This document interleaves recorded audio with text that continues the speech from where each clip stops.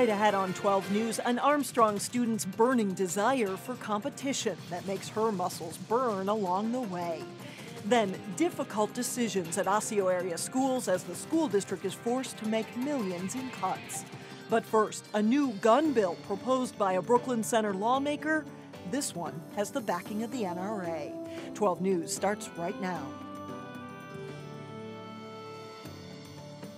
Representative Deborah Hillstrom introduces a bipartisan bill at the Capitol aimed at reducing gun violence. According to Hillstrom, a majority of lawmakers, even the National Rifle Association, are backing her bill. But as Sonia Goen shows us, some people say her proposal doesn't go far enough.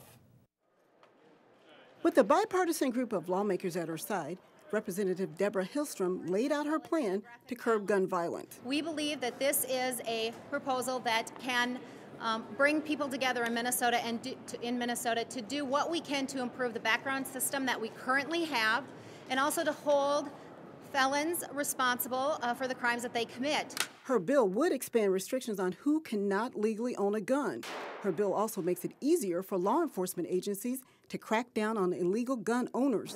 But Hillstrom is drawing criticism for what's not in the bill. The proposal does not include an assault weapons ban, ammunition restrictions, or universal background checks. It does nothing to expand the background checks that we have. What we have right now is about 60% of our gun sales go through background checks, and about 40% don't. So that's kind of like having a dam that goes 60% of the way across the river. A recent Star Tribune poll shows that 70% of people polled support universal background checks. Some people we talk with seem to agree. I will not support a bill that will not include universal background check. And how come? Well, because the problem is that you could get the guns on the black market and somebody could just go and sell it out. I think everyone should have a background check getting guns because there's so many kids getting killed, adults killing other adults. Her bill does call for tougher penalties for so-called straw purchases. That's when someone buys a gun for a person who shouldn't legally have a firearm. Hillstrom says her legislation brings common sense solution to a highly controversial issue. Most Minnesotans want to do what we can to reduce gun violence in Minnesota. Now, Hillstrom's bill said, critics of Hillstrom's bill said it doesn't go far enough, unlike a bill by a DFL lawmaker from St. Paul. That legislation calls for universal background checks. It remains to be seen which has more support. Now, Mike and Alex, the governor's office told me that he would indeed be up to signing a bill that did not include a universal background check, but it would depend on what was in that bill. All right. Thank you, Sonia. Thanks, Sonia. Next year, Osseo area schools will have fewer teachers, limited transportation for athletic programs, and a reduction in services and supplies. It's the result of $3 million in budget cuts approved by the Osseo School Board Tuesday night. Delane Cleveland joins us now with more on what the cuts mean. Delane? Mike and Alex, the school board voted 5-1 to approve the 2014 budget with those $3 million in cuts. But if you talk to administrators and school board members, they're hopeful that the impact on the classroom will be minimal. All of these cuts are wrong for quality education, but they are necessary given the finances. The economic reality was apparent at Tuesday's school board meeting. It's just one of the necessary evils that we have to contend with as board directors. In this case, evil comes in the form of a $3.1 million budget cut that will impact the district in several ways. Let's start with the classroom. I'm concerned that the biggest impact is going to be that we're not going to be able to accelerate the gains in student achievement as quickly as we have been over the last few years. That's because they had to make cuts to staff members who provide support for classroom teachers, such as the coordinators for gifted education and music. One of the other major impacts includes a reduction of transportation for athletes on weekends and holidays. The idea was, how can we preserve the program for kids? How can we preserve opportunities for access to athletic and activities programs? And one of the ways to do that is to reduce transportation budgets. The cuts are the result of a reduction in state and local dollars, but board member Dean Henke argued that the district could have been more fiscally responsible. What's a struggle for me is that we're growing our budget beyond our revenue. However, Superintendent McGuire argues they've done away with programs to make the district more efficient. We run a pretty lean, mean fighting machine in that we've trimmed all of that. But the trimming probably isn't done yet. Tuesday night was just round one. If necessary, further cuts next year will be even more painful. The district will have to make another $8 million in cuts over the next couple of years if there's no additional money from the state and if the voters in the district don't approve a levy to make up for that lost revenue. Well, Mike and Alex, there's a lot of different cuts that make up this $3.1 million. So we have a complete list on our website, 12.tv. So there you go. For a little more detail. Exactly. Yep. Thanks a lot, Delane. Thank you. A longtime Crystal establishment needs to pay up or risk losing its liquor license. Big Louie's Bar and Grill is behind on payments for utilities and property taxes. The total amount owed for both through February was more than $72,000. The owner of Big Louie's informed the City Council this week that a payment plan was worked out to avoid a license suspension. However, if a payment is missed, the suspension would take effect. For 55 years, the Cavanagh School has been a landmark along County Road 81 in Crystal. Now the building is coming down to make room for senior housing. The Robbinsdale School District sold the building to the city last year. The school hasn't served as an elementary school since 1977. A developer will build a 124-unit senior apartment building where the school sat. The eastern 4 acres of the site will be retained for park and open space. Meantime, an affordable housing project in Maple Grove took another step forward this week. It's a project that has drawn positive reviews from the Maple Grove City Council. 2 3-story buildings called the Bottineau Ridge Apartments are planned for the Arbor Lakes area. It's designed to complement 2 other nearby apartment projects: the existing Arbor Lakes Senior Living building next door and a luxury apartment complex that's still awaiting construction.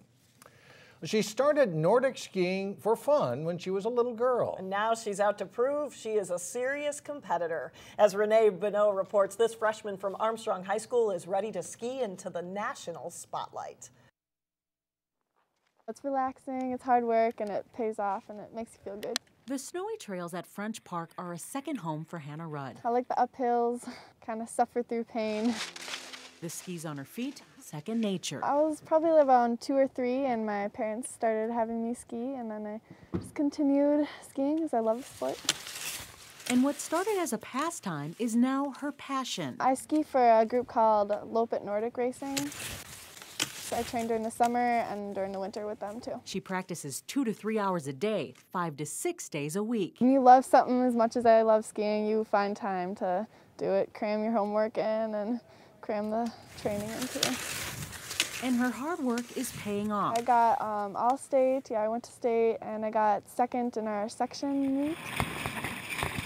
Next week, the Nordic skier will test her skills at the 2013 Junior National Cross Country Ski Championships in Fairbanks, Alaska. She's a go-getter ever since she was little. One of Hannah's coaches is her mom, Kim, who says Hannah has grown to be a fierce competitor. She's a hard worker, and when she hits that race line, is something, she just goes crazy on her skis, so it's really fun to watch her. I don't really know exactly how I'll do. There's a lot of good competition. No matter what happens at Junior Nationals, the fact that Hannah's competing there proves she's on the right track. In Plymouth, Renee Bonneau, 12 News.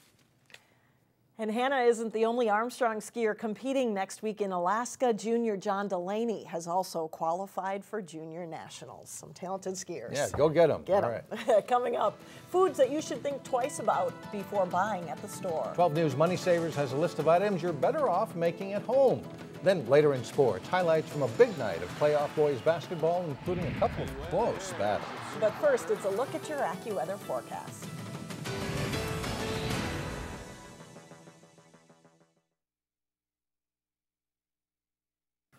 You can expect prices to go up at the grocery store this year. The Agriculture Department says food prices will go up 3 to 4% because of the ongoing drought and rising fuel prices. In today's Money Savers, Shannon Slatton shares some foods that are actually cheaper to make than to buy. Today we're talking about items that are cheaper to make at home rather than buy in the grocery store. And we have Mary Jo Rasmussen with Urban Relish here to talk about this. Now this is something coming up at the library. Folks can go to classes. Exactly. We're doing a sugar and spice class at the library. The taco seasoning we're making later will be one of the recipes we're doing at the classes. All right, but let's start with hummus over here. Yes, which is so easy to make at home. It's just a few ingredients. We're going to start with a couple cloves of garlic. And it's going to be a little noisy here. I'm going to turn on the food processor. Easiest way to chop your garlic, just dump it right in while the food processor is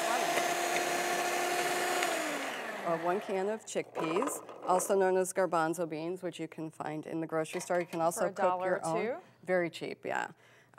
Couple tablespoons of lemon juice. And then we're going to put in a couple tablespoons of tahini. This is a sesame paste, which you can find in the Middle Eastern section of your market. All right. So now we're just putting the lid back on. We're going to stir this up, whiz it up until the chickpeas are pretty much well incorporated. Once you do that, we're just going to put in some yummy olive oil. Help the texture a little bit. Help the texture, smooth it out. And that is it. You have hummus. All right, let's move on to vanilla flavoring, something that if you bought in the grocery store, quality vanilla flavoring, you could spend a lot of money for that. You can. You can spend up to $5 for a bottle that's about this size. And it is so easy to make, really fun to make as well. All you need is vodka and a vanilla bean. So all you're going to do is cut your vanilla bean in half lengthwise so that you're exposing what's inside. All the nice seeds, the vanilla seeds inside, which is where all the flavor is coming from. You put your vanilla beans into a jar. We have a cup of vodka here. That goes right on top. And you can't make this one day and use it the next. It's got to sit in your cabinet for a little while. This you want to sit for 6 to 8 weeks. The longer it sits, the more intense the flavor will be, and you have vanilla extract. Ready to go. Thank you, Mary Jo Rasmussen, for joining us from Urban Relish. We have these recipes and more information on library programs on our website at 12.tv. All right, thank you. Coming up, much-deserved recognition for a Maple Grove group that's 50 years old and counting. But first in sports, John Jacobson has highlights of dominating wins by Park Center and Maranatha in section girls basketball.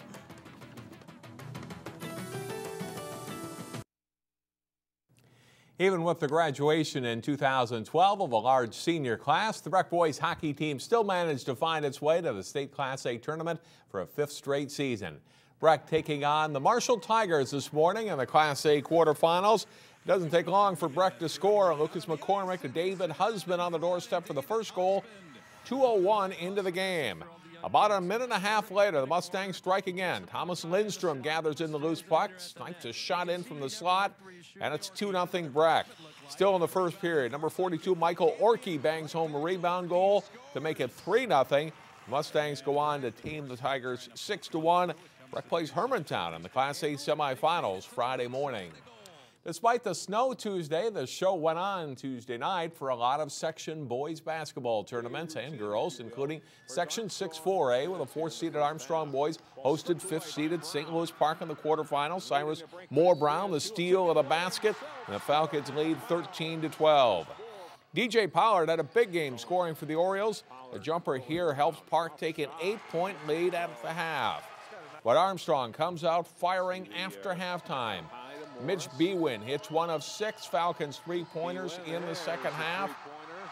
And then a few minutes later, it's J.J. Morris with another big 3. He puts Armstrong ahead here. Morris leads the Falcons with 18 points. Under 20 seconds to go in the game, though. Armstrong's down 1 until Nick O'Hare drives, pulls up, and hits a tough jumper to give the Falcons a 65-64 lead. One final try for the Orioles in the closing second, but Kashif Hayes' runner bounces away. The Falcons win a thriller from Park 65-64. They advance to the semifinals. Also in the 6-4A quarterfinals, Hopkins hosted Wayzata. Jacob Wright with a 3-pointer to give the Royals an early 9-4 lead. Sam Joyner hits a 3 from the top of the key for the Trojans, and that one ties the game up. Bradley Carlson caps a 10-0 run for Wayzata with a tough driving layup. Wayzata leads by 5.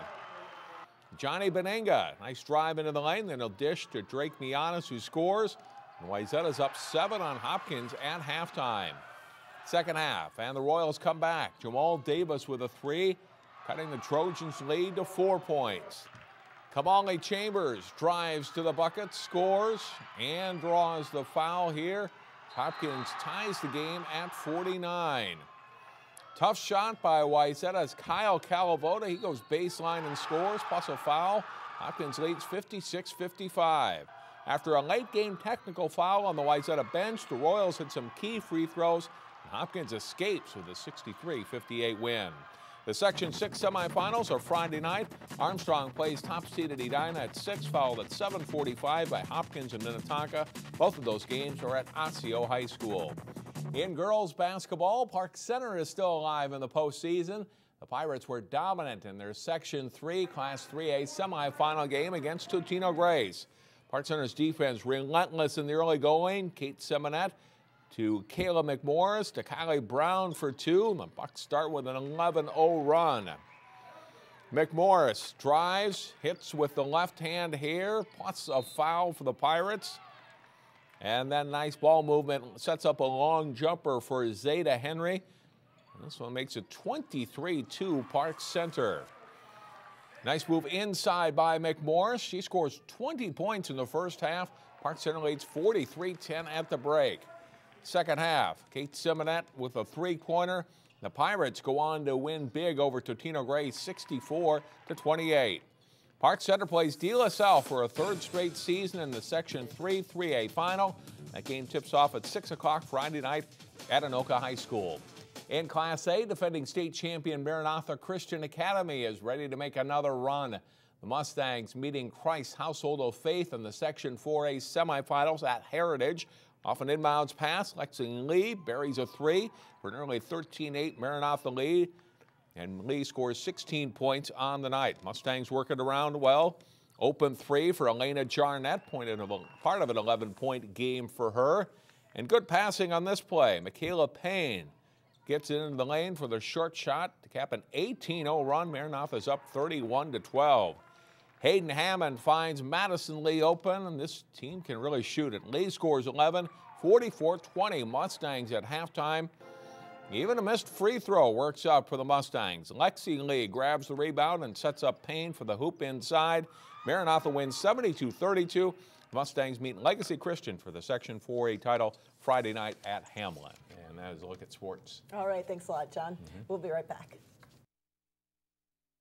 The year was 1963. John F. Kennedy was president, and a now well-established Maple Grove organization was just getting its start. The Maple Grove Lions Club marked its 50th anniversary this week. Club members gathered Tuesday evening to mark the occasion and recognize past club presidents and original member Warren Anderson.